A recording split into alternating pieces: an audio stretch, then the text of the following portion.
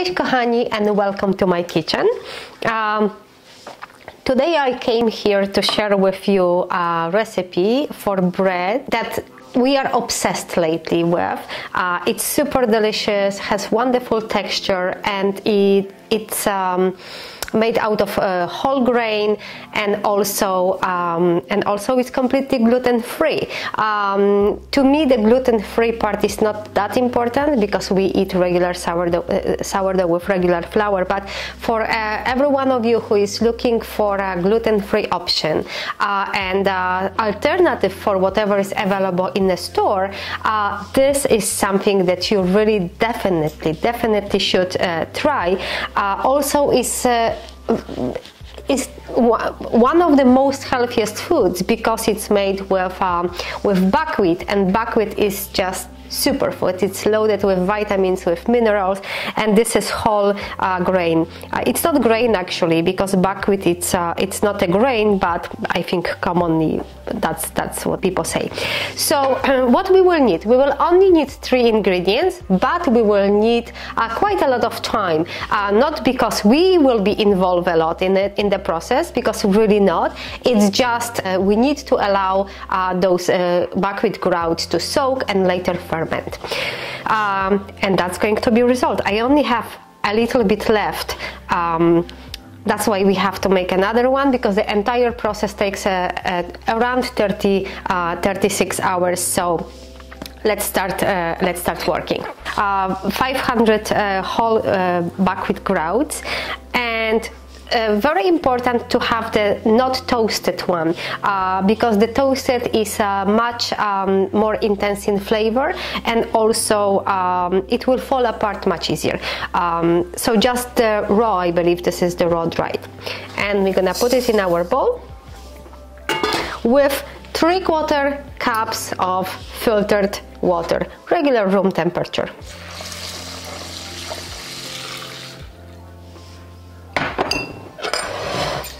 We're gonna stir it a little bit.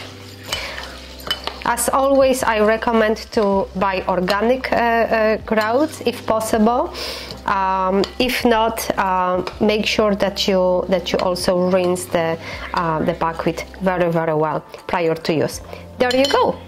And now we just need a kitchen towel. We're going to cover it and leave on the kitchen counter for 24 hours. I'm doing this at evening, so tomorrow morning I will just look here and see if I still have enough water. The point is that throughout the 24-hour period when the buckwheat is soaking, to always be covered with water. That's all you have to do. Put it together and leave for 24 hours. I just checked in the morning if after sitting overnight if the grouts are still covered in the water, because we don't want them to stick out above the surface of water. Everything was perfect. I didn't have to add any liquid. So now roughly 24 hours later we will be moving to another step, but just because the soaking process is already finished, so the buckwheat will not absorb any more water, I will remove a little of it, of the liquid, from the bowl, because I don't want this batter later on to be way too loose. I just got myself a little cup here, and I will remove. So when I tilt it, see, this is not really, it's not really that much liquid. I probably will remove about half of it. Maybe it will be easier like this. Probably around half of it. If I remove too much, then I can always add a little from it. So let's see. I think it's perfect right now. I think it's perfect. Maybe just drop.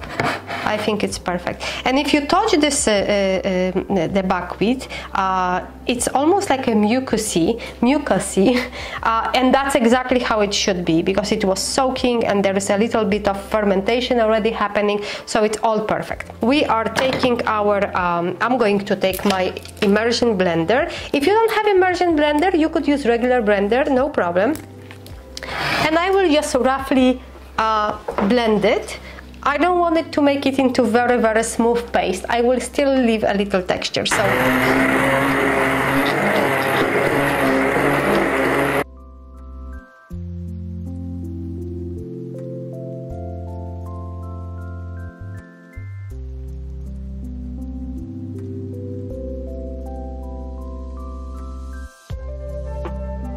I don't think it took me more than a minute.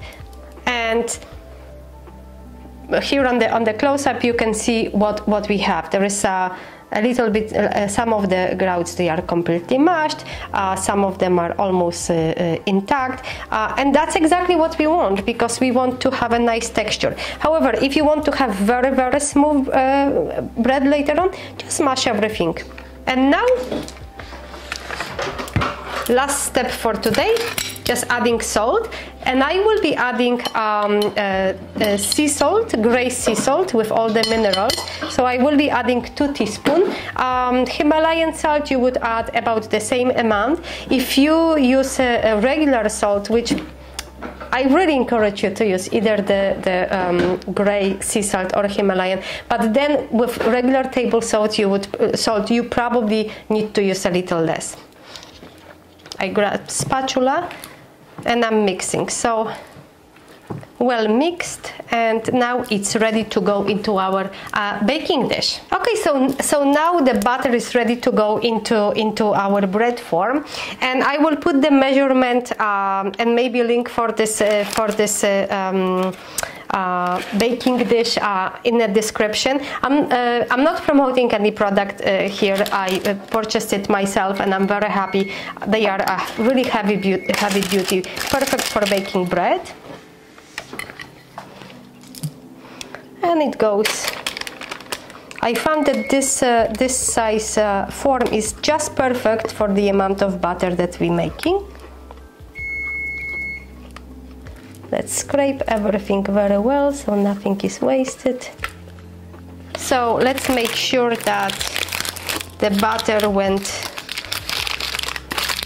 everywhere. So I'm going to just do like this to make sure the butter just filled all the gaps. There won't be any air pockets.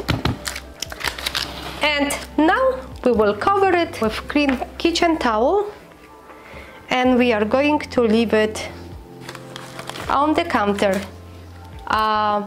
overnight. So I like starting the process at night. I mean, it depends. If you would want to bake this bread in the morning, they start 36 hours at evening. Then you would set the bread at evening for 24 hours. So the next evening you would do what we were doing today, and the following morning, after another 12 hours of fermenting in the form, the bread will be ready for baking. If you want to bake it at evening, then I would suggest to start the entire process in the morning, 24 hours of soaking till next morning, and then morning leaving till evening for the around 12 hours for fermenting, and then it's ready for baking. So just calculate your 36 hours, roughly 36 hours, depending where you prefer to bake it. So as you can see, the process is long, but there is almost no work required. So we're leaving this now for 12 hours. Tomorrow morning I will show you how it looks, and it will go in the oven. Beautiful! Finally our bread is ready for baking. I'm not sure if you can see here, but it formed like a little belly on top, which shows that the bread was working and it was fermenting. So let's just put it in the oven, 400 Fahrenheit for about an hour. After I will check how the bread look, and I will make decision if I should leave it for extra, maybe 10, maybe sometimes 20 minutes. It just all depends on how wet the butter is. All done. So the bread stayed in the oven for 1 hour, exactly 1 hour. Sometimes it could be a couple of minutes, 10, maybe 15, 20 minutes later, if the butter was more wet. In this case, 1 hour was good. We have nice crust, and I just took it out of the oven to let it cool. So it's been sitting here on the kitchen counter probably for like 2-3 hours cooling. Sometimes right after taking the bread out of the oven, I would peel the paper off. If it doesn't come very easy, then I just let it cool on the cooling rack with the paper, and then I feel like it comes off much easier.